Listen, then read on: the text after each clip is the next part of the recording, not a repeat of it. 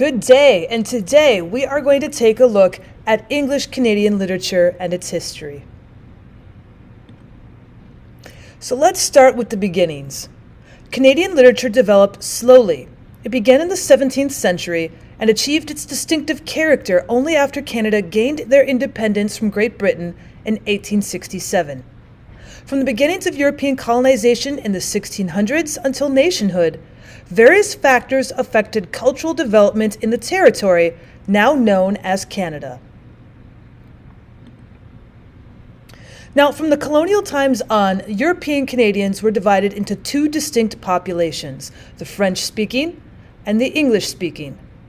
Although many people were bilingual, as many Canadians are today, the partisanship of these two groups, coupled with large numbers of immigrants who spoke several other languages, proved to be divisive in any progress towards a single national literature.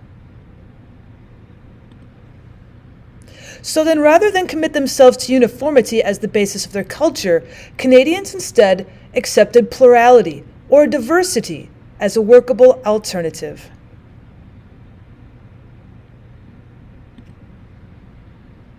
Now, we have some other reasons as to why a uniform national culture would not have worked in Canada. As Canada's boundaries rapidly expanded, its settlements became widely scattered. This complicated transportation and communication, thereby impeding the distribution of goods, which would include books. As well, Canada did not have a revolution such as, say, perhaps the United States did below, and so Canada's slow population growth resulted in an evolutionary process of cultural development that continues on into today.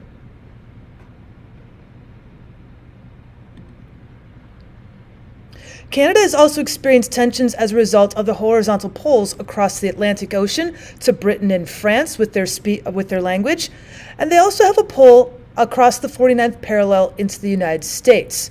So if you were looking at the different types of cultural languages and literature that were beginning to bound throughout Canada in their early beginnings, they had a tendency to look back at their French and British counterparts and, of course, their American counterparts below. And until late in the 20th century, centers of publication for a long time lay outside of Canada. Under such circumstances, a sense of separate Canadian literary identity was achieved only slowly and with sustained effort. So by the 1960s, finally the Canadian literary scene had blossomed. More volumes of poetry, fiction, drama, and critical studies appeared yearly rather than formerly had appeared in a decade. New Canadian-owned publishing firms also opened at this time. Just as well, in high schools and universities, courses in Canadian literature proliferated. Nevertheless, the literary achievements of the 20th and 21st centuries is now firmly rooted in Canada's literary past.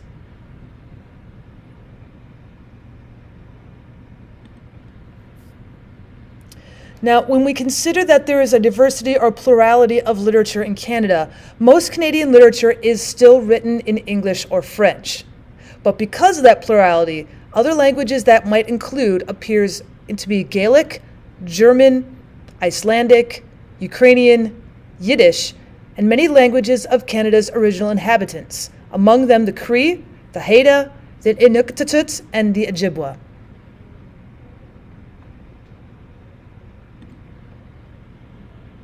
So let's look at some of our Canadian authors.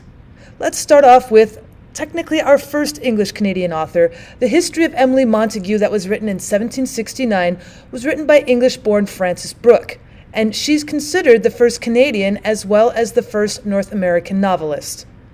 Written as a series of letters, it is based on Brooke's experiences living in a garrison in Quebec in the 1760s.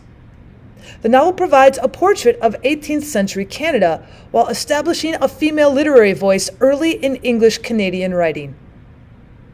Influenced by English poet Alexander Pope and French philosopher Voltaire, Brooke used the artificial conventions of the romance in her novel to talk of matters both fashionable and political.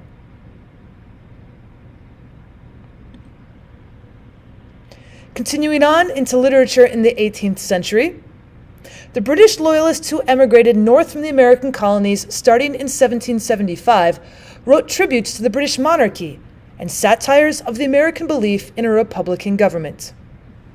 Loyalist writings such as Jonathan Odell's work The American Times in 1780, a series of satiric sketches in verse about the leaders of the American Revolution, started a tradition of conservative thought that attempted to balance individual rights with those of the community. This tradition came to dominate Canada's English language intellectual history. And before 1800, the rigors of pioneering left little time for the writing or the appreciation of literature. The only notable works were journals, such as that of Jacob Bailey, and the recorded travels of explorers, such as Henry Kelsey, Samuel Hearne, and Sir Alexander Mackenzie.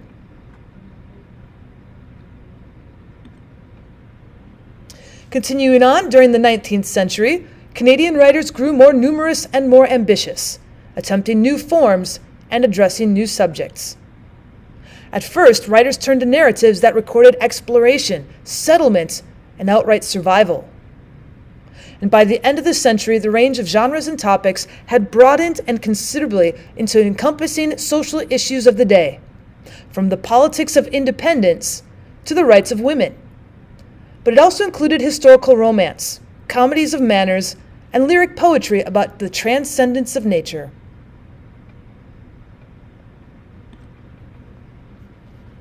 If we continue on into English Canadian poetry in the 19th century, most Canadian poetry imitated either earlier British poetic works or some that they saw on their American counterparts. For example, poets Oliver Goldsmith, the grandnephew of the Anglo-Irish writer of the same name, Charles Sangster, Charles Mair, and Levi Adams exemplified literary ambitions of the time. Inspired by the love of nature of the English landscape poets of the 18th century, the Canadian poets sought to express the natural beauty of their new land. For example, Goldsmith's work, The Rising Village in 1825, is a book-length poem in couplet form devoted to the cause of rerouting British civilization into Nova Scotia. His text alternately praises, satirizes, and sentimentalizes a pioneer settlement there.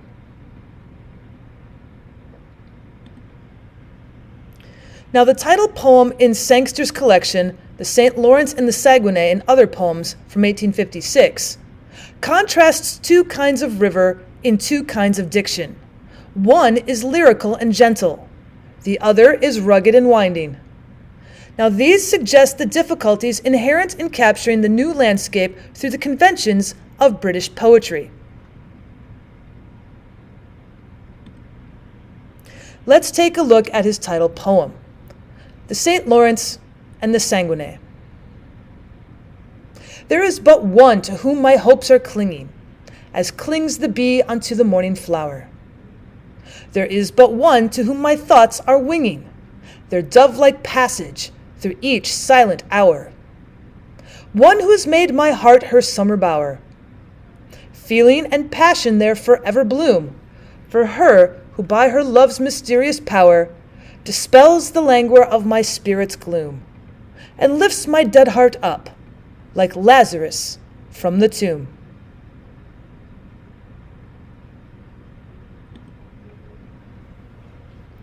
Next, we have Robert William Service, born 1874 and death date of 1958. He was a poet born into a Scottish family. He moved to Canada at the age of 21. Hired by the Canadian Bank of Commerce, he was posted to the bank's branch in Whitehorse in the Yukon Territory. Inspired by the vast beauty of the Yukon wilderness, Service started writing his poetry about the things he saw. While much of his writing was published in the early 20th century, its style and themes belonged to that of the 19th century. His collection, Songs of a Sourdough in 1907, most of which is set in the Yukon Territory, includes the cremation of Sam McGee, one of his best-known humorous ballads. Let's take a look at the cremation of Sam McGee. There are strange things done in the midnight sun by the men who moil for gold. The Arctic trails have their secret tales that would make your blood run cold. The northern lights have seen queer sights, but the queerest they ever did see was that night on the marge of Lake Labarge. I cremated Sam McGee. Now Sam McGee was from Tennessee, where the cotton blooms and blows. Why he left his home in the south to roam round the pole, God only knows. He was always cold, but the land of gold seemed to hold him like a spell, though he'd often say, in his homely way, that he'd sooner live in hell.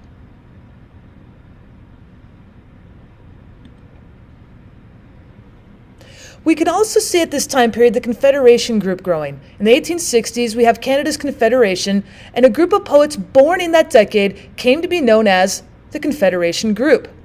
This group led to the search for native topics in Canadian literature. These writers, who knew each other but did not all work together, included Wilfred Campbell, Archibald Lampman, Duncan Campbell Scott, Charles G.D. Roberts, and Roberts' cousin, Bliss Carman. Now, Scott has been regarded as the most experimental stylist of the Confederation poets. Many of his poems deal with sympathetically, if from the outside, with themes from indigenous cultures. Notable among these poems are the Watquinese and the Onondaga Madonna, both of which speak of indigenous women as members of a dying race. The Confederation poets were strongly influenced by the British Romantics, mainly by Wordsworth and Shelley. Thank you so much for stopping by for part 1 of English Canadian Literature. If you'd like to continue on with part 2, go back to my channel, Learning Language Arts, and continue on with your part 2. And as always, I'd appreciate it if you subscribed. Take care.